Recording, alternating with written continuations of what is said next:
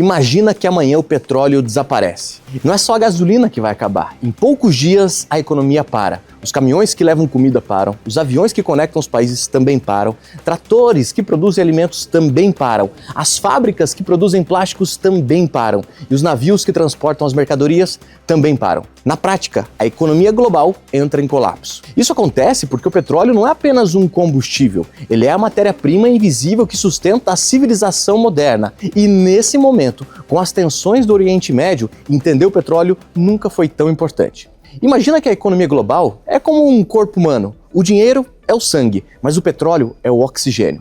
Sem ele, o sistema inteiro entra em total colapso. O mundo consome hoje aproximadamente 100 milhões de barris de petróleo por dia. Para você ter uma ideia, um barril de petróleo tem 159 litros. Isso significa que, diariamente, o mundo utiliza cerca de 15 bilhões de litros de petróleo. Para você imaginar um pouquinho, a cada segundo, o mundo queima o equivalente a 5 piscinas olímpicas de petróleo. Esse volume alimenta praticamente toda a infraestrutura econômica global, porque o petróleo ele é energia densa, transportável e extremamente eficiente. Por isso, desde o século XX, o petróleo se tornou o principal combustível da industrialização global.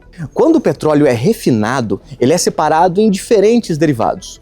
E muita gente acha que o petróleo só serve para gasolina e para o diesel, mas na verdade o petróleo vira milhares de produtos. A distribuição média global é de aproximadamente da seguinte forma: a gasolina representa 25%, o diesel 30% desse petróleo, também tem a querosene de aviação, dos aviões, cerca de 8%. Também tem o transporte marítimo, cerca de 7% desse volume total. Também tem os materiais ou as matérias-primas industriais, cerca de 15%. Também tem lubrificantes, asfaltos, solventes e outros produtos que representam 15%. Ou seja, na prática, quase metade do petróleo não vira combustível de carro. E aqui que vem a parte curiosa. O petróleo não é apenas combustível, como a maioria pensa. Ele é também uma das principais matérias-primas da indústria química global. Da petroquímica surgem materiais como plásticos, fibras sintéticas, borrachas industriais, resinas, fertilizantes, solventes, componentes farmacêuticos e também produtos comuns que dependem do petróleo. Esses produtos comuns variam desde celulares, computadores, cosméticos, roupas de poliéster, pneus, brinquedos, medicamentos, equipamentos esportivos e as tecnologias consideradas verdes, como os painéis solares e também as turbinas. Esses dois utilizam materiais petroquímicos na sua produção. Ou seja, o petróleo é uma das bases materiais da nossa economia moderna. Vamos resumir aqui os pontos mais importantes. O mundo consome cerca de 100 milhões de barris de petróleo por dia. Aproximadamente 50% vira combustível para transporte. Só que a outra metade vira matéria-prima industrial.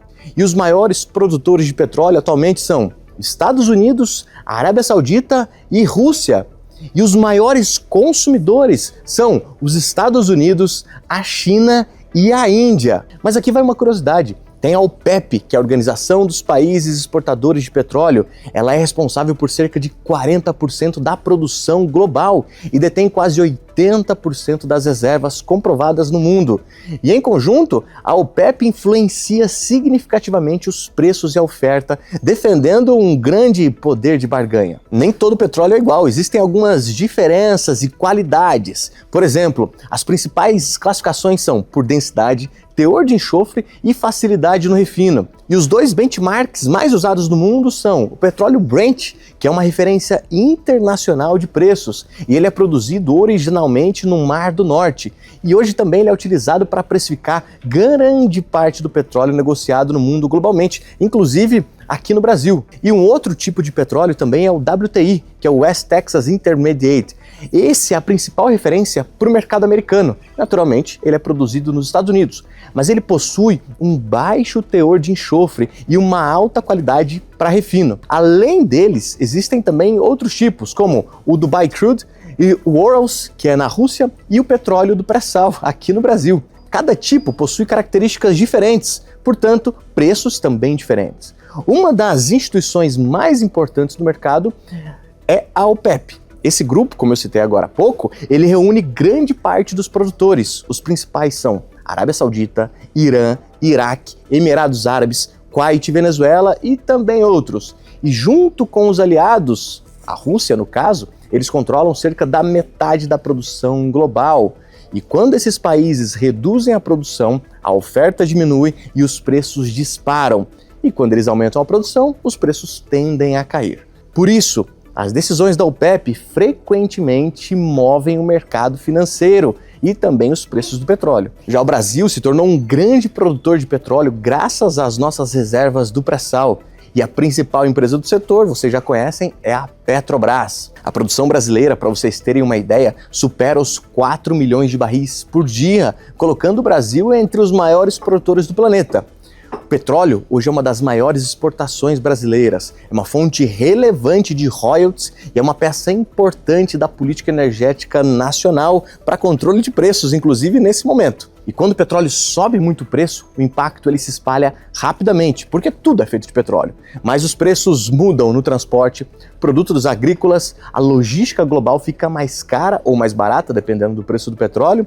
Custos industriais podem sofrer alterações. E essas alterações geram pressão inflacionária. E quando a inflação sobe, os bancos centrais são obrigados a aumentarem os juros e o crescimento econômico desacelera. Os mercados financeiros reagem, entram em pânico, como vocês estão vendo aqui no painel. Por isso, o petróleo não influencia apenas a energia, ele influencia a economia mundial como um todo. No final das contas, o petróleo é muito mais do que só gasolina ou diesel. Ele é energia, matéria-prima, infraestrutura econômica ao mesmo tempo. E é exatamente por isso que, quando há tensão no Oriente Médio, o mundo inteiro observa o preço do petróleo, porque quando o petróleo se move, a economia global também se move junto. E se você quer entender como o petróleo, guerra e economia afetam o seu dinheiro, comenta aqui, quero a parte 2, porque na próxima parte eu vou te explicar como o preço do petróleo pode prever crises financeiras e você pode ganhar dinheiro com isso.